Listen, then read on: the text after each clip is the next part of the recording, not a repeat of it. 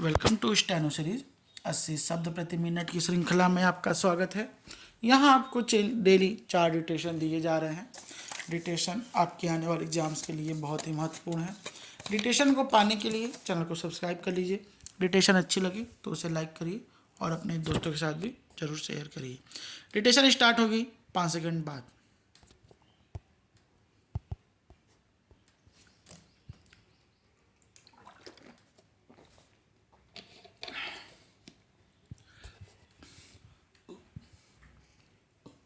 Ready start.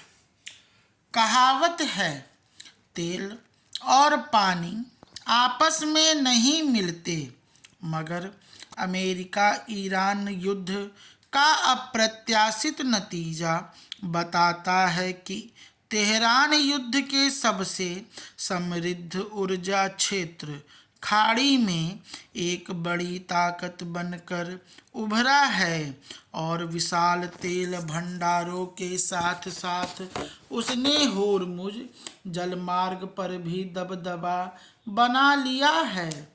जाहिर है 2 हफ्ते के संघर्ष विराम के साथ युद्ध का अंत ईरान के लिए अतिरिक्त लाभ मिलने जैसा है।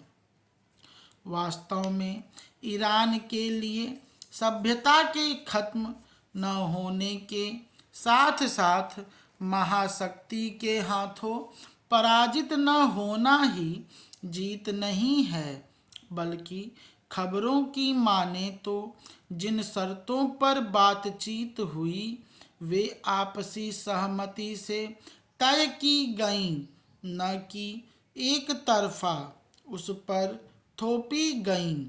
इसमें ईरान को सबसे बड़ा फायदा यह हुआ कि उसके तेल जिन पर पहले प्रतिबंध लगे थे अब अंतर्राष्ट्रीय बाजार में खुले तौर पर मिला करेंगे। होर्मुज पर भी उसका दबदबा बना ही रहेगा, जिससे उसकी गिनती अब बड़ी ताकतों में होगी। हमें फिलहाल यह नहीं पता कि अमेरिका या विश्व के अन्य देश ईरान द्वारा प्रस्तावित टोल पर सहमत होंगे या नहीं, लेकिन तेहरान ने इसमें चतुराई दिखाते हुए इसे ओमान के साथ साझा करने का प्रस्ताव रखा है। ओमान होर्मुज की दूसरी तरफ का देश है, इससे टोल कहीं अधिक न्याय संगत बन जाता है। अगर ऐसा हुआ तो यकीनन अगले 1 दशक में ईरान की आय में अभूतपूर्व इजाफा होगा। पिछले साल इस रास्ते से 600 अरब डॉलर के ऊर्जा का आवागमन हुआ था। अब ईरान की रक्षा बिक्री में जबरदस्त उछाल आने वाला है।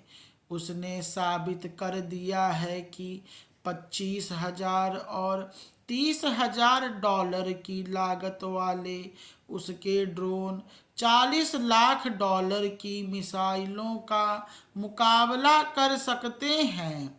उसने यह भी बता दिया कि उसकी मिसाइलें, जो शायद उत्तर कोरिया तकनीक से बनाई गई हैं, अब दुनिया की श्रेष्ठ मिसाइलों में शुमार हैं और वे इजराइल के आयरन डोम को खत्म करने में भी सक्षम हैं।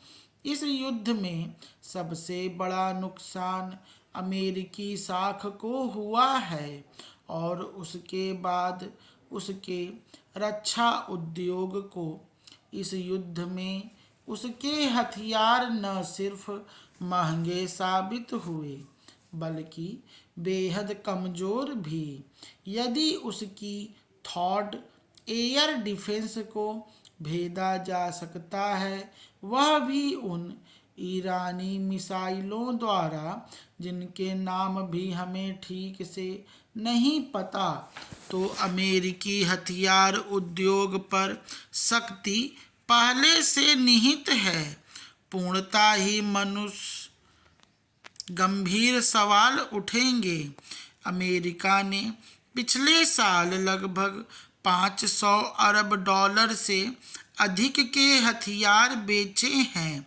हालांकि रूस को इन सब से फायदा होगा, क्योंकि उसकी S-400 और S-500 रक्षा प्रणाली की मांग अब काफ़ी बढ़ सकती है। अपनी उन्नत तकनीक के कारण चीन भी हथियार बाजार में काफ़ी सक्रिय रहेगा। स्टॉप।